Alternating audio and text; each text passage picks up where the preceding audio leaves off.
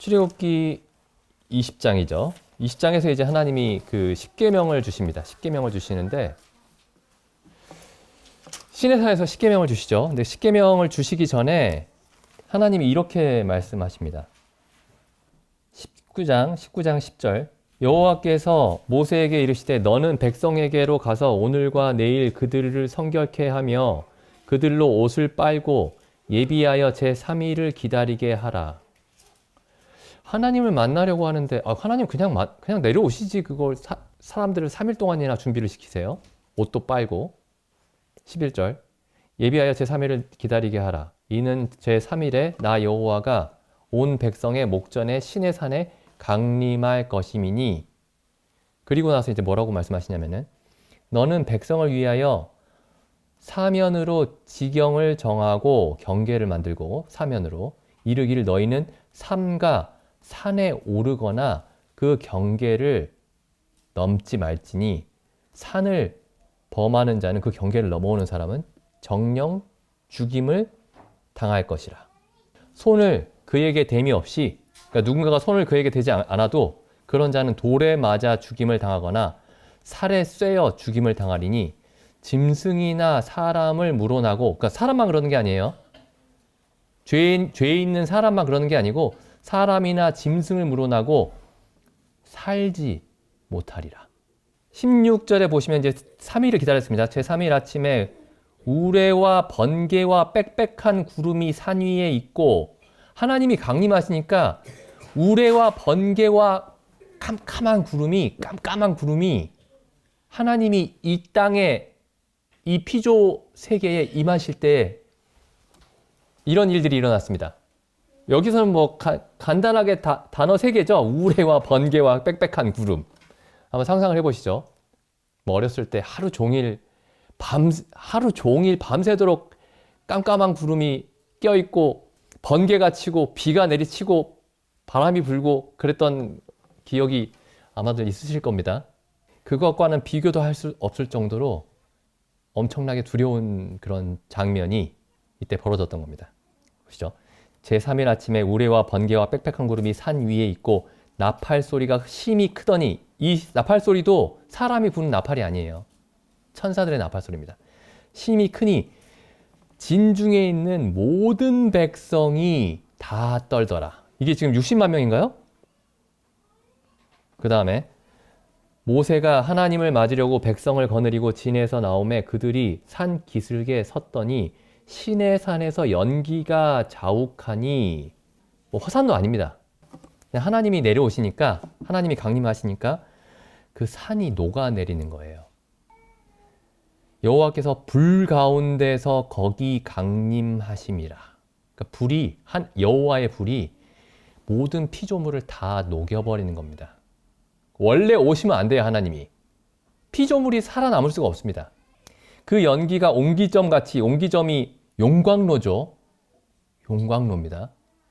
그 옹기점이 연기가 용광로 연기 같이 떠오르고 온 산 전체가 크게 진동했다. 이렇게 되어 있습니다. 뭐 크고 작은 지진들 한 번씩은 다 경험을 해보셨을 겁니다. 산 전체가 크게 계속 흔들렸던 겁니다.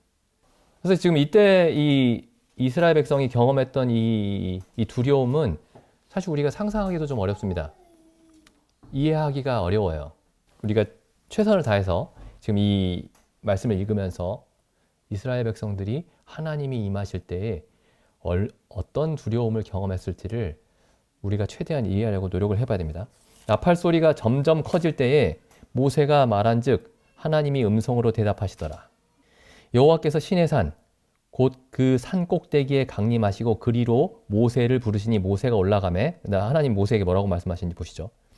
21절 여호와께서 모세에게 이르시되 내려가서 백성을 신칙하라. 경고하라는 얘기죠. 백성이 돌파하고 나 여호와께로 와서 보려고 하다가 많이 죽을까 하노라. 하나님이 일일이 죽이시겠다는 그런 뜻이 아닙니다. 백성들이 올라와서 보려고 할 때 하나님이 일일이 죽이시겠다는 뜻이 아니고 사람이 하나님을 보려고 하나님께 가까이 오면 죽는다는 겁니다. 이게 하나님과 사람의 거리입니다. 천사들도 마찬가지예요. 그 이사야서에 나오죠. 스랍 천사가 하나님 앞에서 어떻게 서 있는지, 그 유명한 장면이죠. 날개 둘로는 얼굴을 가리우고, 날개 둘로는 발을 가리우고, 날개 둘로는 날며, 이 천사들도 하나님을 볼 수 없습니다. 이게 하나님의 모습입니다. 이게 하나님이 어떤 분이신지를 우리가 이 성경을 통해서 아주 미약하게나마 하나님의 크심에 대해서 알 수가 있습니다. 20장 18절 보시죠.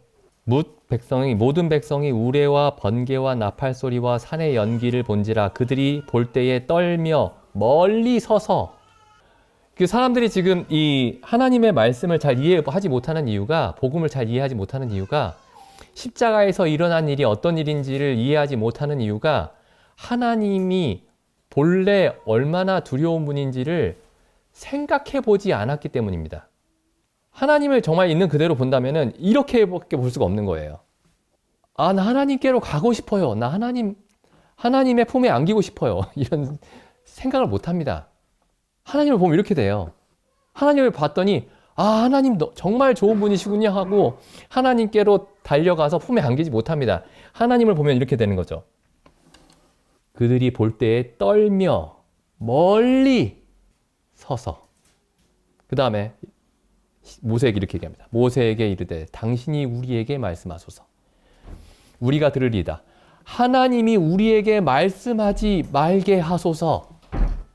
우리가 하나님의 말씀을 들으면 죽을까 하나이다. 우리는 하나님 말씀을 항상 듣고 있죠. 그런데 하나님 말씀을 들으면서 죽지 않는 이유가 뭐냐면 하나님이 우리와 똑같은 사람이 되어 오셔서 우리에게 말씀하셨기 때문입니다. 그렇지 않고 말씀하시면 죽는 거예요, 그냥. 우리와 똑같이 사람이 되어 오셔서 우리에게 말씀하셨을 뿐만 아니라 우리의 모든 죄와 사망의 모든 결과를 지고 십자가에서 우리를 대신해서 하나님의 모든 저주와 진노를 당하셨기 때문입니다. 그래서 우리가 하나님의 말씀을 듣고 살아 있을 수 있는 거예요. 본래는 그렇지 않습니다. 본래는 하나님을 보면 이렇게 되는 거예요. 그것도 하나님이 검은 구름으로 자기를 가리고 오셨는데도 이렇습니다. 근데 우리가 이제 이 하나님의 자녀고 하나님이 우리의 아버지시다 이렇게 말할 수 있는 이유는 전부 그리스도의 십자가 때문입니다. 하나님이 갑자기 이렇게 갑자기 기준을 확 낮추고 나 이제 마음씨 좋은 이웃집 할아버지처럼 될게 이렇게 된 게 아닙니다. 하나님은 이 하나님 그대로예요. 이 시내산에서 이스라엘 백성이 봤던 그 하나님의 모습 그대로입니다. 근데 예수 그리스도 때문에 이 하나님께 우리가 이 동일한 하나님 앞에 우리가 나아갈 수 있는 거죠.